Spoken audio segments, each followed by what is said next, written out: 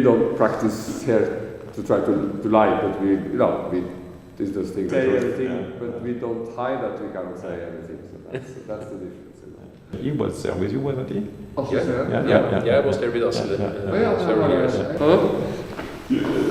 You can't drill Nobel Institute. This prize has been in place for the past 124 years. We have routines, we do systematic evaluations, the committee deliberates, and of course we do notice that there is a lot of media attention towards particular candidates, but that really has no impact on the discussions that are going on in the committee. The committee considers each individual nominee on his or her own merits. So we start out with a list of all the nominees.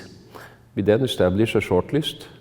For every individual on that shortlist, it's my job as the committee secretary to solicit the best expert reports available internationally. And when the committee discusses, it's that knowledge base that frames the discussion.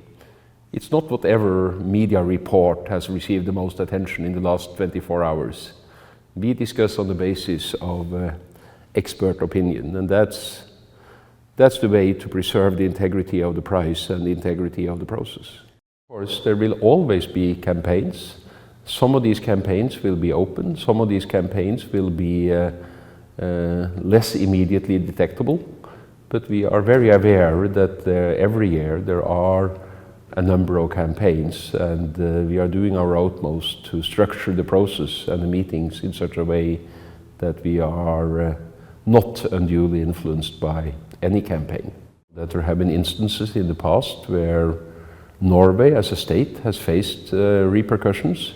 The Nobel Committee acts entirely independently and cannot allow itself to take those considerations into account when it discusses individual candidates.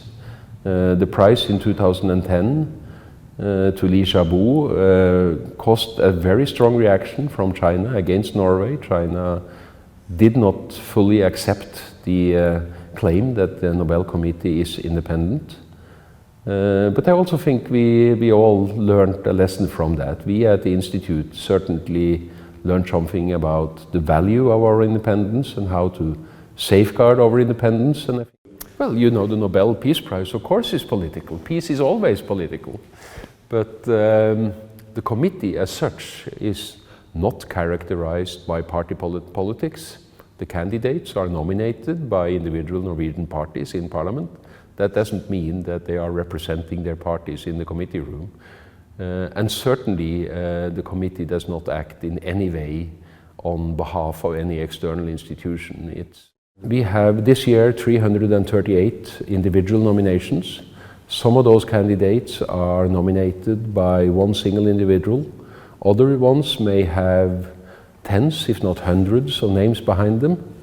When we in the Nobel Institute and in the Nobel Committee consider the merits of each individual candidate, the number of people who have nominated that particular candidate really does not make a difference. It's the merits of the individual candidate that matters.